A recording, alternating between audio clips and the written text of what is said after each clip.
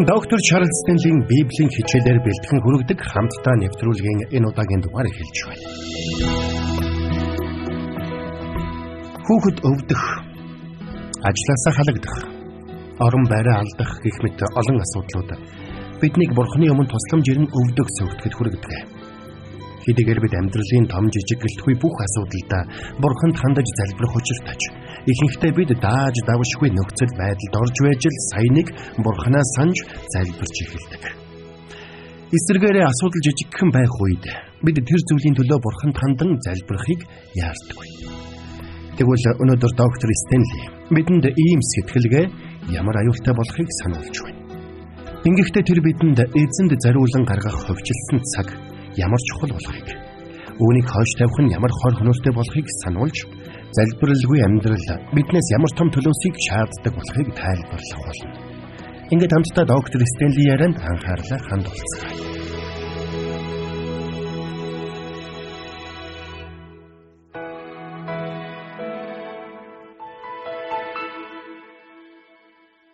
Хэрвээ бид эзэн Есүсийн амьдралыг бодоод үзэх юм бол залбирал түүний амьдрал болон үйлчлэлд ямар чухал үүрэгтэй байсныг бид амархан олж харах болно. Ингээд хамтдаа Марк номын 1-р бүлэг рүү очие. 35 дугаар ишлэлдэр ийхүү бичигдсэн байдаг. Үүр шөнөөр тэр босоод гадагш гарч зэлүүд газар очин тэндээ залбирч байв гэсэн байна. Есүс өглөөртлөн босоод Бурхан эцэгтэйгээ хоёулахна байх цагийг гаргадаг байсныг бид эндээс тодорхой харж байна. Есүс Христийн хувьд залбирал маш чухал байсан гэдэг шиг Илч Паул ч мөн залбирлыг амин чухал гэж тооцож байсан. Үнэндээ залбирал бол аливаа хүн бурханлаг амьдралаар амьдарч, ариун сүнсээр өдөрдүүлж, бурхнаар гайхамшигтайгаар хэрэглэгдэхэд хамгийн чухал түлхүүр юм. Тиймээс бид залбирлыг амьдралынхаа салшгүй нэг хэсэг хэмээн тооцох учиртай. Тиймээс хамтдаа Яаков номын 4-р бүлэг рүү очие. Өнөөдөр би та бүхэнтэй энэ хэсгээс залбиралгүй амьдралын төлөөс гэсэн сэдвээр ярмаар байна. Бид залбирлыг хоош тавьж зүгээр хэцүү зүйл тохиолдох үед л хаяа нэг залбирдаг байх юм бол үүнийхээ төлөө бид ямар өндөр төлөөсийг төлөх ёстой болдог гэдгийг бид олж харах нь чухал юм. Ингээд Яаков номын 4-р бүлгийн 1-ээс 3 дугаар ишлэгийг би танд дуудаж өгье. Та нарын дундах хэрүүл болон зөрчил хаанаас гарна вэ? Тэр нь эрхтнүүдэд чинь дайтаж буй хүслүүдээс чинь гардаг босуу. Та нар шундаг бөгөөд та нарт байхгүй болохоор нь хүн алдаг. Та нар атаархдаг бөгөөд олж авч чаддаггүй. Тиймээс та нар тэмцэлдэж хэрэлддэг. Та нар гуйдаггүй учраас та нарт байдаггүй. Та нар гуугаад хүлээн авдаггүй. Учир нь та нар өөрсдийн тааламжинд зарцуулъя хэмээн буруугаар гуйдаг байна. Тэгэхээр өнөөдөр бидний амьдралд маш олон асуудлууд байсаар байна. Бид яагаад өдөр тутмынхаа амьдралдаа байнгын ачаа дарамтны дунд амьдардаг юм бэ? Бид яагаад харилцааны эсвэл санхүүгийн байнгын асуудалд явдаг юм бэ? Бидний амьдралд байгаа бүх асуудлуудын хариултыг мэддэг тэр нэг таньж мэдхэд би яагаад ийм бага цагийг зарцуулдаг юм болоо? Бурханд бүх асуудлыг шийдэх хүч чадал байгааг мэдсээр байж би яагаад түүнд хандан залбирдаггүй юм болоо? Хүмүүс Бурхан залбирахгүй байгаагаа янз бүрээр тайлбарлаж, янз бүрийн шалтгаан тоочдог. Зарим нь би завгүй байна гэж хэлдэг бол зарим нь залбирах шаардлагагүй гэж хэлдэг. Гэвч ийм бодолтой хүмүүсийн бодлыг юу өөрчилдөг юм бэ? Зовлон бэрхшээл, сэтгэлийн шарах, өө гашуу гих мэт гинтийн асуудлууд өөрчилдөг юм. Өөрөөр хэлбэл хэрэгцээ. Бидэнд гинтийн чухал хэрэгцээ тулгарх үед бид гинт Бурханыг санаж залбирч эхэлдэг. Үнэн дээр олон сар жилийн турш Бурхангүй мэт амьдарч байснаа гинтийн чухал хэрэгцээ тулгарх үед гинт залбирч эхэлдэг юм. Гэтэл бидний Бурхан эцэг бидэнтэй нөхөрлөхийг хүсэж байдаг. Тэр бидэнтэй ойр дотн харилцаатай байхыг хүсдэг юм. Тэр бидэнд өөрийнх нь хайрыг мэдрээсэй гэж хүсдэг юм. Тиймээс залбирал нь бидний амьдралын салшгүй нэг хэсэг байх ёстой байтал. Эсвэргээрээ бид үүнийг шаардлагатай үед хэрэглээд бусад үед орхичдаг тийм зүйл мэт болгочихсон явж байдаг юм. Тиймээс би та бүхэнтэй Бурханд залбирхаа умартвал бидний амьдралд юу тохиолдог талаар ярилцахыг хүссэн юм. Тэгэхээр эхний үг нь залбиралгүй амьдрал гэдэг үгийг бичээд аваарай. Тэгэхээр бид нар өмнөх нэвтрүүлгээр эхний үг болох залбиралгүй амьдралын талаар сурсан. Тэгвэл араас нь юу залгасан гэж бид нар ярилцлаа. Бид Бурхантай хамт байх цагийг гаргахаа зогсоох үед бидний нуруунд дээрх ачаа дарамт нэмэгдэх тухай буюу ачаа дарамт гэсэн талаар ярьсан байна.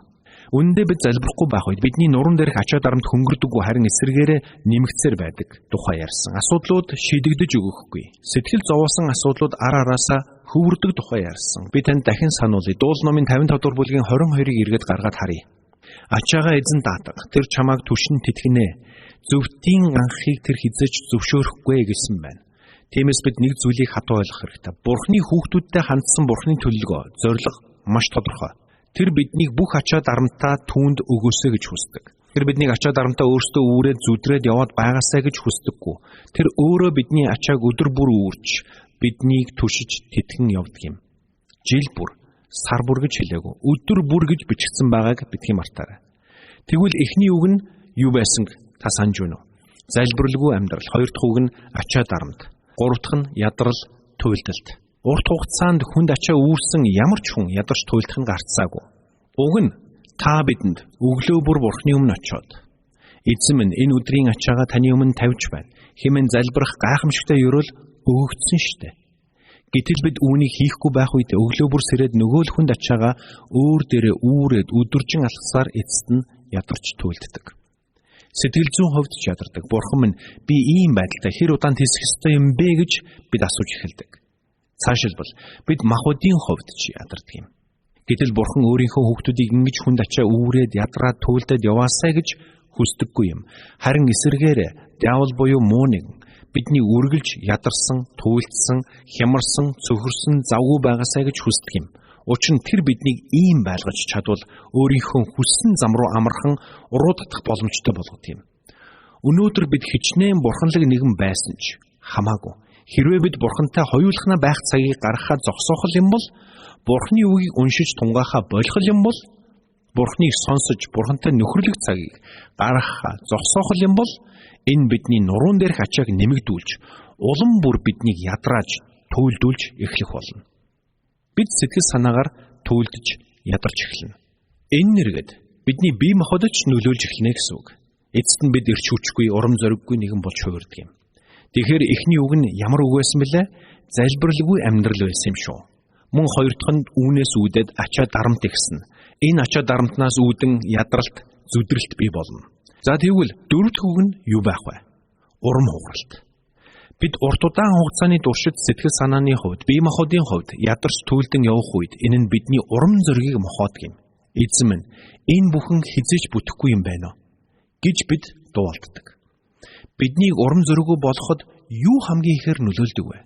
Биднийг залбирлаа зогсоох үед чухам юу болдог вэ? Эсвэргээр бид Бурхны өмнө өвдөг сүгдэн залбирч байх үед ямар ч том асуудал биш харин жижиг болж хувирдаг.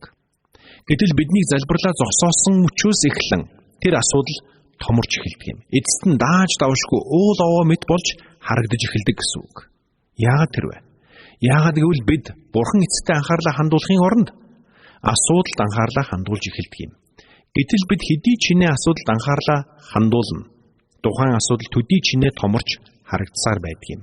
Энэ бол эц төгсгөлгүй тойрог.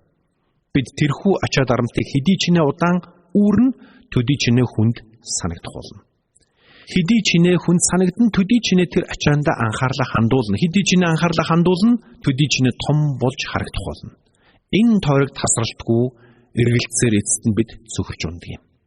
Харин бид ачаа дарамт асуудлуудаа биш, Бурханд анхаарлаа хандуулж эхлэх тэр цагт энэ тойрог тасардаг юм.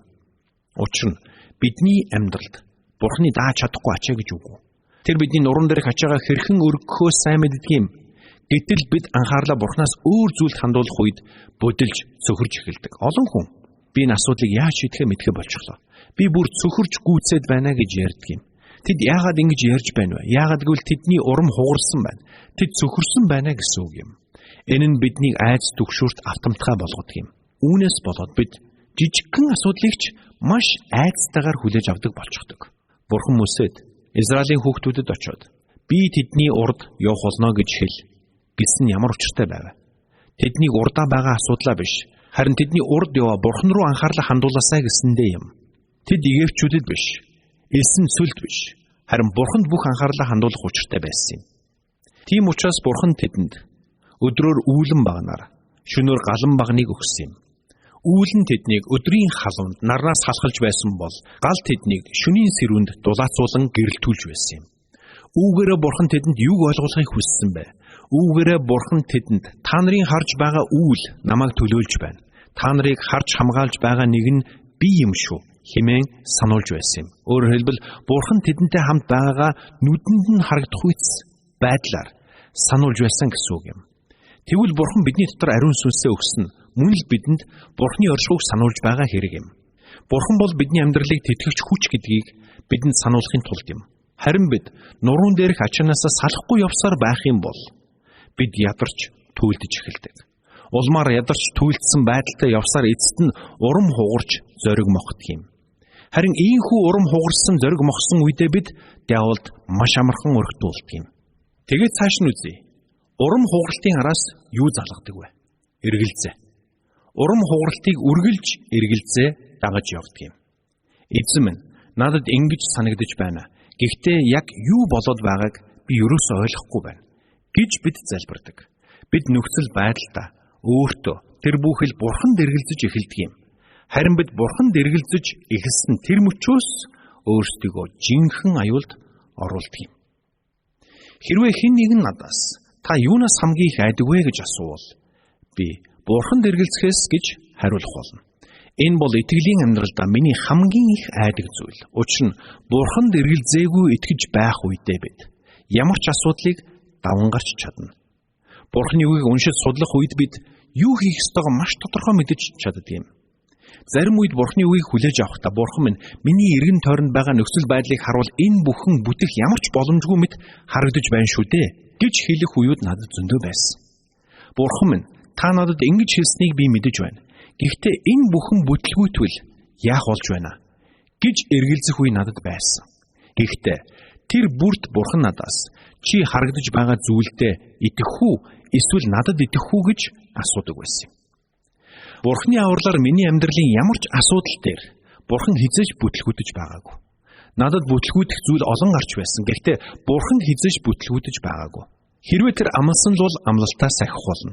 Тэр шаардлагатай бол Тэнгэр газрыг хөдөлгөж байгаа ч хамаагүй амлалтаа биелүүлдэг юм байна лээ. Тэгвэл би танаас асууя. Хэрвээ бид Бурханы хайранд эргэлзвэл бидэнтэй хамт байгаа Бурханы оршихуй, түүний амлалт, түүний хүч чадалд эргэлзэх юм бол бидэнд юу үлдэх вэ? Бидэнд ямар аюулгүй байдал, ямар хамгаалалт үлдэх вэ? Бидэнд байгаа юу ч бидэнд Бурхан шиг аюулгүй байдал, хамгаалалт, өмг түшиг болж чадахгүй.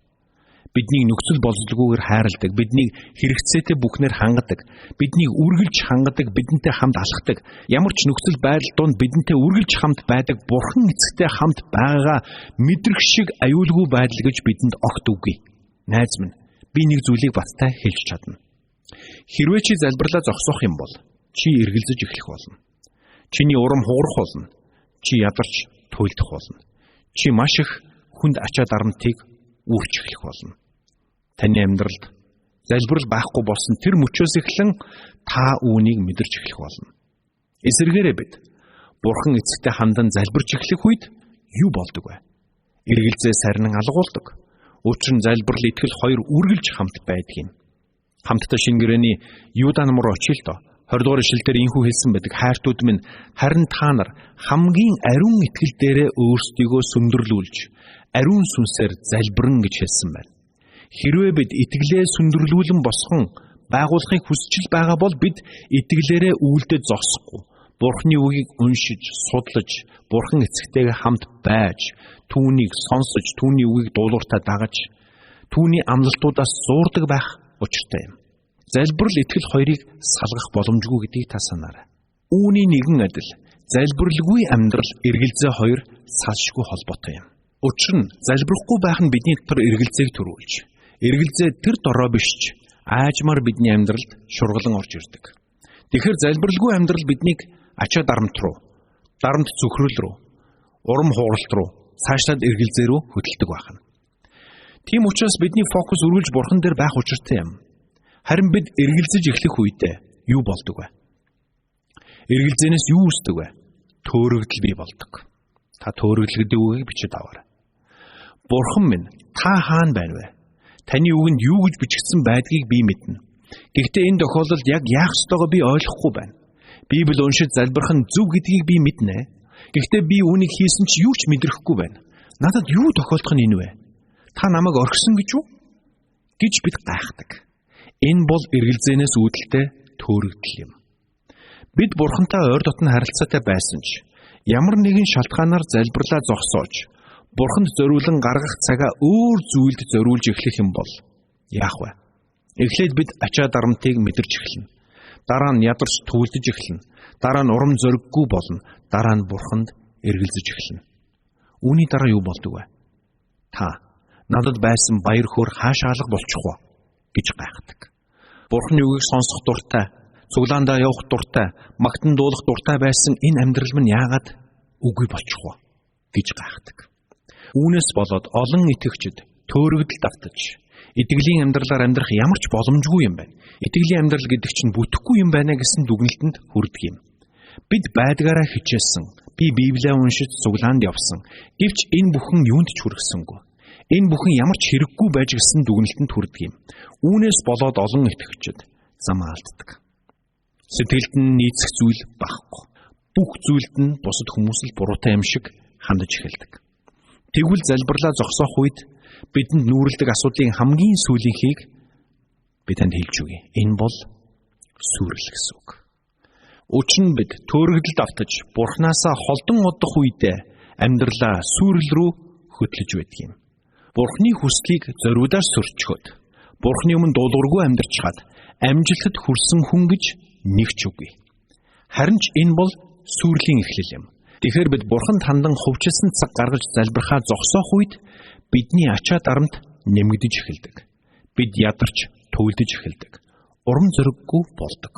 Бурханд эргэлзэж эхэлдэг. Эцэст нь төөрөгдөлд орж эхэлдэг юм. Энэ нь бидний буруу сонголтуудыг хийж амьдралаа сүрүүлэхэд хүргэдэг юм аа. Би энэ цагийн эхэнд хэлж байсан. Энэ бүх үйл явц зарим тохиолдолд маш хурдан өрнөдөг. Бол зарим тохиолдолд урт удаан хугацааны турш өрнөдөг. Гэхдээ би нэг зүйлийг бүрэн итгэлтэй хэлж чадна. Бидний хувьд Бурхантай хамт байх цагийг орлож чадах өөр цаг гэж нэг ч үгүй.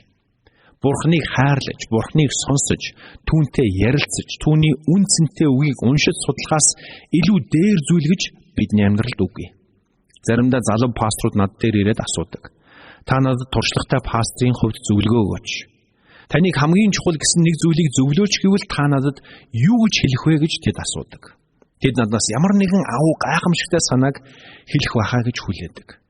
Гэхдээ хариулт нь маш энгийн. Энэ зүйл таны үйлчлэлд өнөөдөрч маргаашч эзний өмнө очих тэр өдөр хүртэл ялгаагүй амин чухал байсаар байх болно. Энэ бол Бурхантай хамт байх цаг. Гүцээ. Үүнээс илүү чухал зүйл гэж үгүй. Магадгүй та бизнесийн талбарт амжилттай явах хүн байж болно. Тэгэд ямар ч нөхцөл байдал тулгарсан бүхнийг даваад гарч чадах юм шиг танд санагдаж байж болно. Та өөрийгөө маш ухаантай хүн гэж бодож байж болно. Гэхдээ юу гэж Бурхан таныг бодсон шигээ ухаантай хүн биш болохыг чинь танд харуулах болно. Таныг муу хүсэх гэсэндээ биш. Харин Бурхан танд хайртай учраас тэр бидний амьдралд аливаа хүнд хэцүү нөхцөл байдлуудыг зөвшөөрөхдөө бидний ард биднийг өөрлөө эргэхийг хүлээгээд зогсож байдаг юм. Өнөөдөр олон итгэгчид би анх Христэд итгэж байхдаа маш их баяр хөөртэй байсан. Гэтэл өнөөдөр надад ямар ч баяр хөөр алга гэж ярьдаг. Хэрвээ та ийм байдалд орсон байгаа бол яагаад ийм байдалд орсныг чинь би танд хэлж өгье. Яагаад гэвэл та ямар нэгэн зүйлийг Бурхан эцгээсээ илүү чухал байр суурьнд тавьсан байна гэсэн үг. Та амьдралдаа ямар нэгэн зүйлийг Бурхан эцгээс чинь илүү өргөмжлөгдөхийг зөвшөөрчихсөн байна гэсэн үг. Таныг бүх талаар ивэж, танд гайхалтай ивэл өрөөлүүдийг өгсөн байтал та тэр зүйлийг нь буцаагаад Бурханаас илүү дээгүүрт тавьж эхэлсэн байна гэсэн үг. Тэгтэл магадгүй та дотроо би таны ярианаас өөрийгөө олж харлаа. Тэгвэл би энэ байдлаасаа гарахын тулд яах ёстой вэ гэж бодож байгаа бол тэгвэл би танд маш үр дүнтэй хэрнээ энгийн нэгэн шийдлийг хэлж өгье. Яг одоо Бурханы өмнө өвдөг сүгдөөд залбир. Бурхан эцэг минь, миний ач холбогдолтой зүйлсийн эрэм дараалал алдагдсан байна. Би бүхнийг өөрөө хийж чадна гэж эндүрч явжээ. Би амьдралаа өөрөө аваад явж чадна гэж эндүрчээ. Би өөрийнхөөрөө оролдож алдаа гаргалаа. Би таны эсрэг нүгэл үлдэж, таны ивэл өрөөлүүдийг танаас дээгүүрт тавьж, өөрийнхөө амьдралыг сүрлийн ирмэгт авчирчихсан байна. Эзэн минь, намайг уучлаач. Би энэ өдрөөс эхлэн таны үгийг уншиж судлан тантай хамт байх цагийг нандинан гаргамаар байна. Төөрсөн хүү эцэгтэй эргэн ирдэг шиг би тань руугаа эргэн ирэхийг хүсэж байна. Та намайг удирдаач. Хэмээн залбираарай. Хэрвээ та ийхүү залбирх юм бол Бурхан таны амьдралыг аажмаар, алхамаар өөрчилж эхлэх болно. Үүнийг хинч таны өмнөөс хийхгүй. Харин та өөрөө л өөрийнхөө төлөө хийх болно. Тиймээс Бурхан эцэг рүүгээ эргэн ирж, түүнтэй хамт байх цагийг тогтмол гаргах сонголтыг хийгээрэй. Түүнд бүх ачаа дарамтаа өрүүлээрэй. Тэр цагт бүх зүйл чинь өөрчлөгдөх болно. Харин нөгөө талд нь залбирал үгүй амьдрал бол танд ямар аюултай болохыг та хэзээш битгий мартаарай. Хамт залбирцгаая. Бурхан эцэг минь, биднийг хайрладаг танд баярлалаа. Та биднийг залбирх үед залбирлыг минь сонсож хариулдаг учраас танд талархаж байна. Бид хэрхэн залбирхаа мэдэхгүй байх үед ч та бидэнд юу хэрэгтэйг биднээс илүү мэдэж байдаг учраас танд талархаж байна.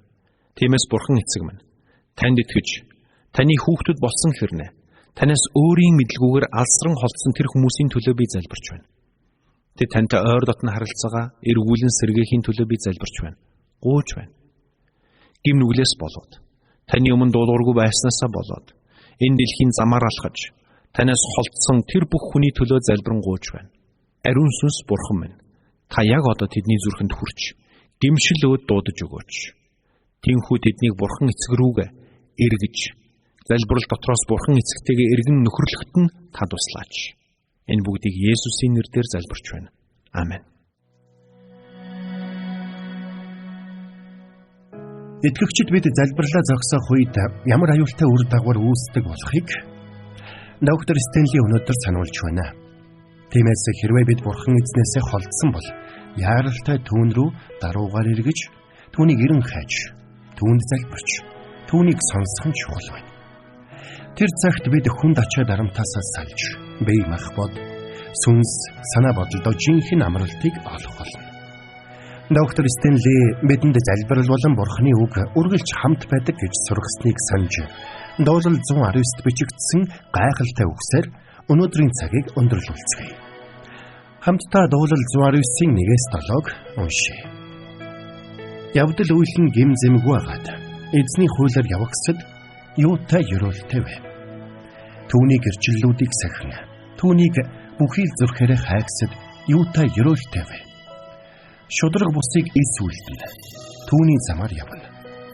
Биднийг хичээнгүйлэн сахих гэж тушаалуудаа та тогтоосон билээ. Зарилгуудыг тань сахих замууд минь бад тогтдог. Таны бүх тушаалыг анхаарч явбад ичхүүр надад эс ирнэ. Таны зөвд шүүхээс сурах үед би шулуун шудраг зүрхээр танд талархах болно. Амен.